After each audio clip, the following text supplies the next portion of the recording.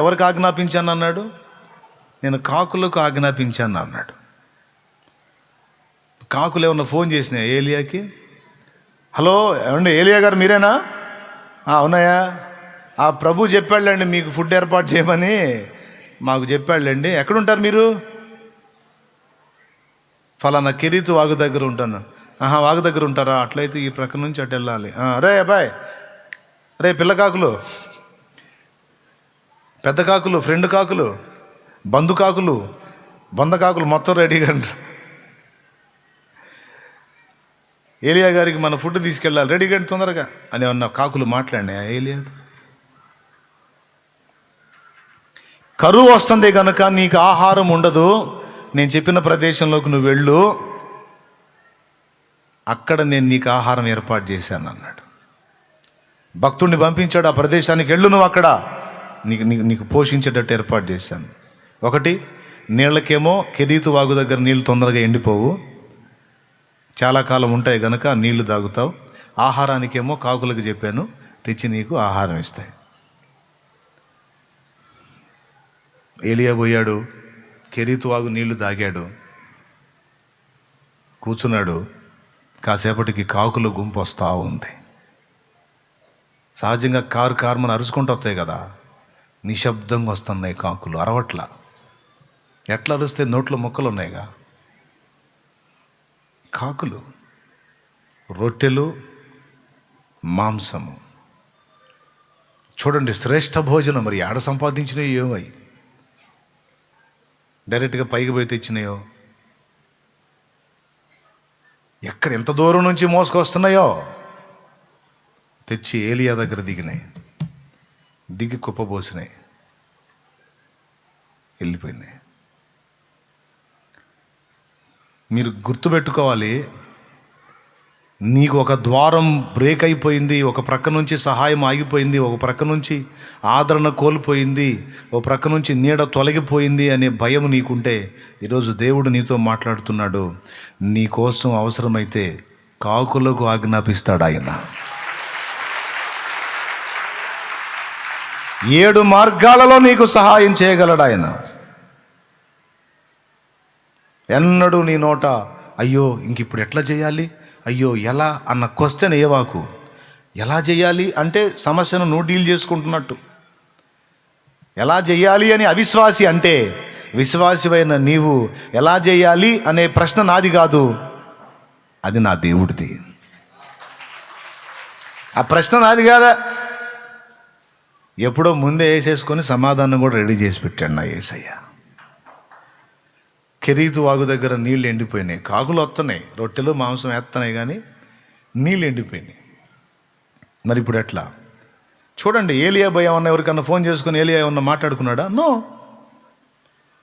మళ్ళా యెహోవా వాక్కు ప్రత్యక్షమైంది ఏలియాకి. ఏలియా, చిత్తం ప్రభువా, నీవు లేచి సారెపతు ప్రాంతానికి వెళ్ళు, అక్కడ నీవు పోషింపబడినట్లు ఒక విధవరాలికి సెలవిచ్చాను అన్నాడు. దేవునికి మహిమ. ఎవరికి సెలవిచ్చాను అన్నాడు? ఒక విధవరాలికి సెలవిచ్చాను అన్నాడు.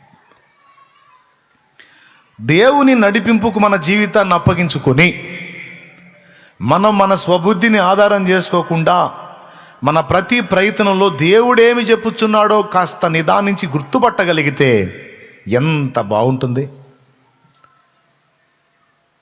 నువ్వు తూలి తొట్టిల్లడానికి కారణం లేకుండా చేస్తాడు ఆయన. అవకాశమే లేకుండా చేస్తాడు. నీ అడుగు ఇరుకున పడకుండా ఆయన చేస్తాడు. కానీ ఆయన నడిపింపును పొందాలి. ఆ నడిపింపు కోసం సాధన చేయాలి. అనుక్షణం ఆయన స్పర్శని గుర్తుపట్టగలగాలి. అది ఉంది ఏలియాకి.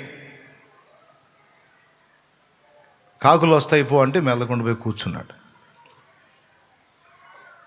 మనమైతే ప్రభా ఎన్నింటికి వస్తాయి ప్రభా, ఆయన కాకులు రొట్టెలు దాటిపోయింది ప్రభా, ఆయన ప్రభా కాకులు ఏం తీసుకొస్తున్నాయి, కాకులకు సెలవు ఇచ్చానంటే కాకులు ఏవేవో తింటాయి, అవి తీసుకొస్తాయా, అయినా కాకులు ఏం తెస్తాయి ప్రభా, ఇట్లాంటి అడ్డ ప్రశ్నలు ఇలా. ఏమండి? ఈ గ్రహంలో కాకులు కాకపోతే వేరే గ్రహంలో కాకులు తెప్పించి పెట్టిస్తాడు నీకు. ఈ గ్రహంలో కాకులు దరిద్రపోయి తింటే వేరే గ్రహంలో కాకులు ఫ్రెష్గా తినే తీసుకొచ్చి ఇస్తాడు నీకెందుకు? ఆయన కాకితోనో కోకిలతోనో పంపిస్తే నోరు మూసుకొని తిను, స్తోత్రం చెప్పుకో. అయిపోయింది. ఆ నీళ్ళు ఎండిపోయినాయి. నీళ్లు కావాలి కదా ఇప్పుడు. ఏమమ్మా, ఏం కావాలి?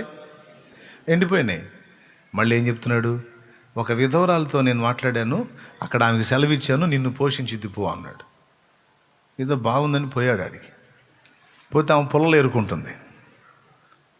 పొలలు ఏరుకుంటున్న ఆమె దగ్గరికి వెళ్ళి పలకరిచ్చాడు. అమ్మా, కాస్త నీళ్ళు ఇస్తావా అంటే, నీళ్ళ బాబు తెస్తానయ్యా అని బయలుదేరి ఆ చేత్తోనే ఒక చిన్న అప్పం చేసుకొని రా అమ్మ అన్నాడు. అప్పం అంటే ఒక చిన్న రొట్టె. ఆమెమందో తెలుసా? అయ్యా, నీ అవతారం చూస్తే నువ్వు ప్రవక్తలా కనపడుతున్నావు. గొంగళ దుప్పటి, చేతికర్ర, నడికట్టు, నీ వ్యవహారం అంతా నువ్వు ప్రవక్తవని అర్థమైంది. కానీ నా పరిస్థితి చెబుతా ఇను. తొట్టిలో పట్టెడు పిండి, బుడ్డిలో కొంచెము నూనె. నేను నా కుమారుడు చావక మునుపు రొట్టెలు చేసుకొని తిని బతుకుదామని పుల్లలు ఏరుకోవడానికి వచ్చానయ్యా అందామా. దేవుడు ఏం చెప్పాడు? అక్కడ ఆమెతో నేను మాట్లాడాను, ఆ విధవరాలికి సెలవిచ్చాను, నువ్వు పో అన్నాడు. ఆమె దగ్గరికి పోతేనేమో నాకే లేక నేను లాటరీ కొడుతుంటే నువ్వెవరు బాబు నాకు ఒక అప్పం చేయమంటావు? దేవునికి స్తోత్రం, హల్లెలూయా.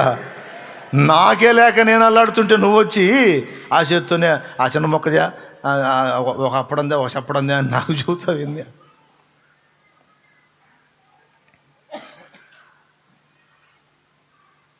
అప్పుడు ఏలియా అన్నాడు, పిచ్చి తల్లి, నీకు ఇంకా తెలియనట్టుంది. కరువు కాలము తీరు వరకు నువ్వు చెప్పిన తొట్టిలోని ఆ పట్టెడు పిండి తరగదు, ఆ బుడ్డిలో ఉన్న కొంచెము నూనె తరగదు. కరువు కాలమంతా నీవును నీ ఇంటి వారును మనము బ్రతుకున్నట్లు మనల్ని పోషించుటకు దేవుడు సెలవిచ్చి ఉన్నాడు.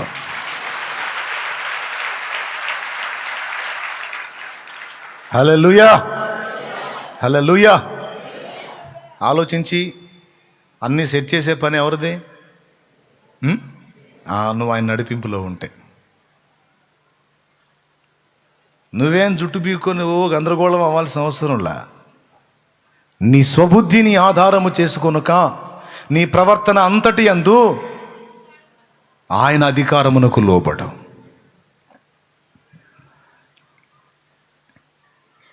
స్టీవెన్సన్ అన్న మంచి పాట పాడాడు. అంధకారమే దారి మూసిన, నిందలేనను కృంగదీసిన, అంధకారమే దారి మూసిన, నిందలేనను కృంగదీసిన, తన చిత్తం నెరవేర్చుతాడు, గమ్యం వరకు నన్ను చేర్చుతాడు. తన చిత్తం నెరవేర్చుతాడు,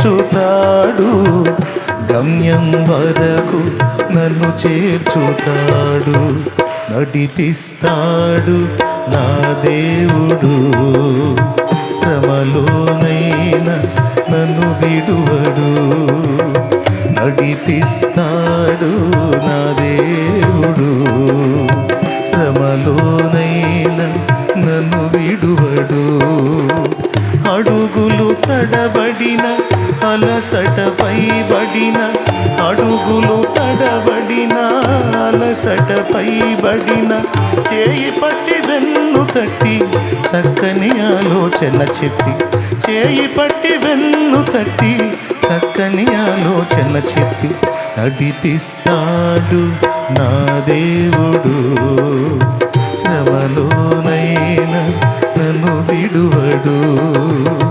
నడిపిస్తాడు నా దేవుడు, శ్రమలోనైనా నన్ను విడువడు.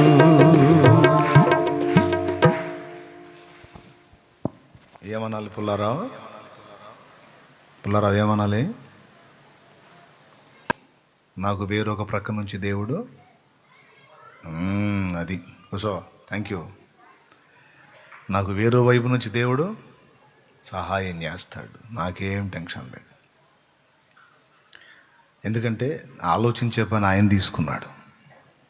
ముల్లర్ గారు చెప్పాడు, లేఖనం కోడైంది, బోలుడన్ని ఉన్నాయి.